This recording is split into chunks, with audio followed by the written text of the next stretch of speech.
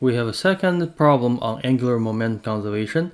This problem was basically written with the same exact parameters as the first problem, except that now we have a wooden stick which is suspended by one end. So now the wooden stick is vertical, and here's where it's suspended.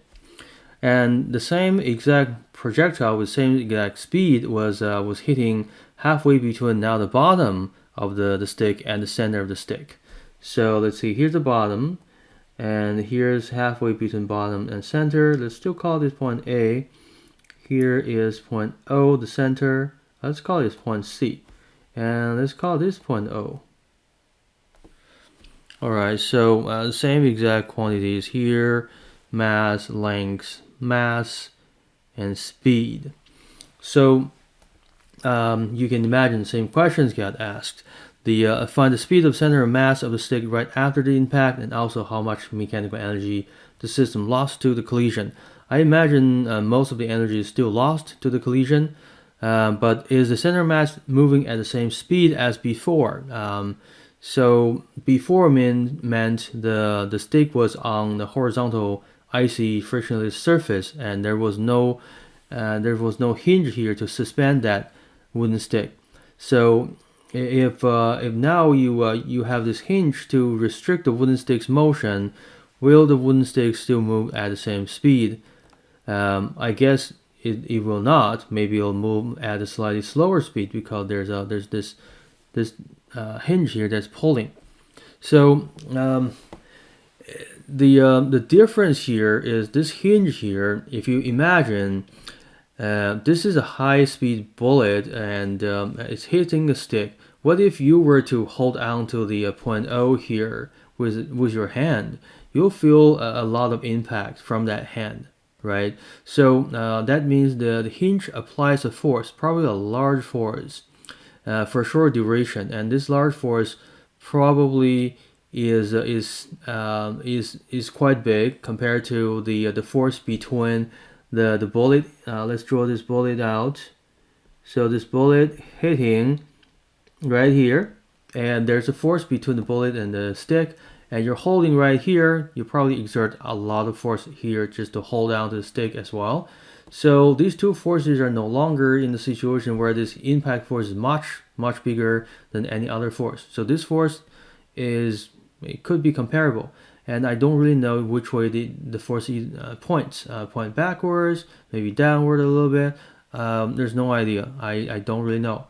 So this force will affect the momentum, linear momentum of the system, which means without this force, the whole thing is just going to accelerate forward while the collision is happening. But with this thing, only the center mass is going to move maybe at half the amount. I'm just guessing. There's a restriction here. So because of the hinge, there's a hinge force is significant. Because this force is significant, linear momentum is not conserved. Well, that's too bad. We can't really find the rotational, the translational speed from linear momentum, but we still have angular momentum conservation because regardless how large this force is, which way it points, if we place our axis rotation right on top of this force, then the force has zero lever arm. So zero lever arm, zero torque, right? And the force between the bullet and the wooden stick, those forces are internal forces, so they will increase angular momentum of the stick. At the same time, they decrease angular momentum of the bullet the same amount. So the angular momentum is conserved even if there are internal force pairs trying to transfer angular momentum from one object to the other object. So that is totally fine. And we still have angular momentum conservation.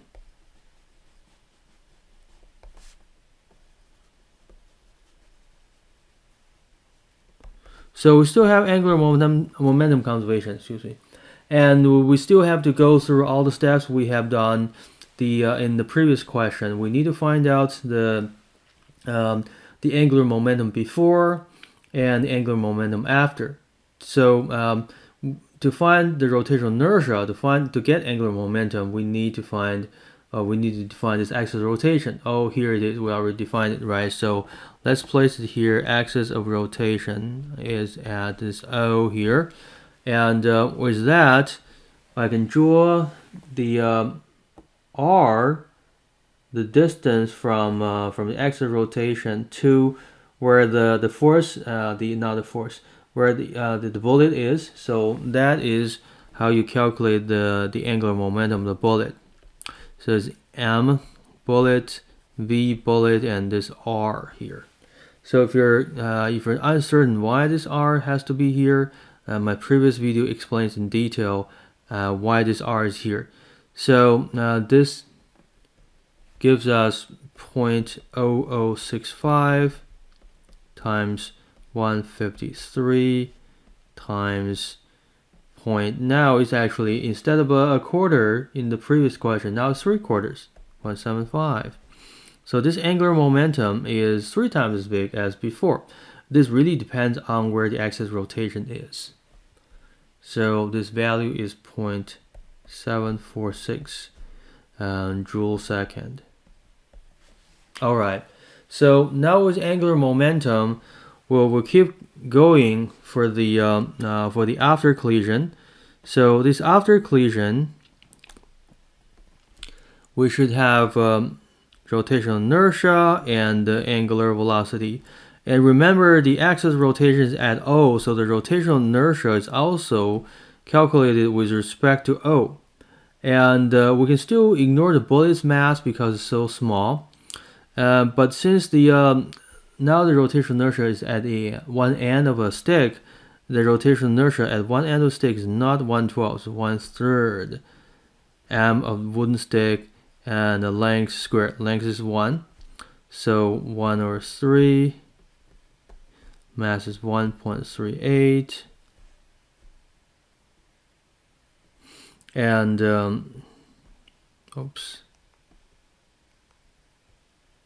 omega,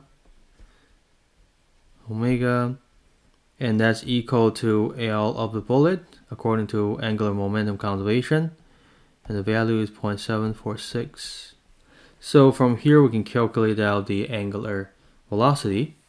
So the angular velocity is equal to 0.746 divided by this whole thing, a third of that, 0.464. So it is 1.61 radians per second. Okay, so now we found out the angular velocity. So the whole thing is rotating forward and upward, right, with this angular velocity. And that means if you calculate the center mass velocity, it's going to be the center mass, so velocity, let's move those things. Here's point C. So velocity at center mass, because we're rotating around this point, we have this radius r here. So we have velocity at the center of mass is angular velocity times the r, how far the center of mass is from that axis of rotation. So it's 1.61 times half a meter, 0.5. So it's 0.805 meters per second. So that was how fast the center of mass is moving right after the impact. Now let's calculate kinetic energy. So the kinetic energy initial, the same as the previous question. This is just 1/2 m bullet and v bullet squared, and we already have this value, 76.08 joules. And the final kinetic energy now is only rotation, right? So it's 1/2 rotational inertia around O times angular velocity squared.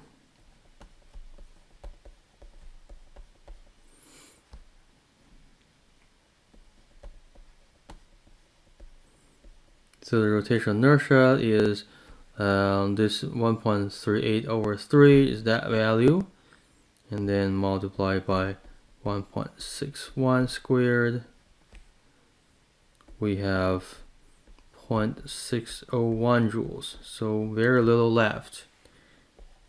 And the change of kinetic energy is the after minus before, 0.601 minus 76.08. So we end up with a 75.5 joules of energy loss due to the collision. Thank you.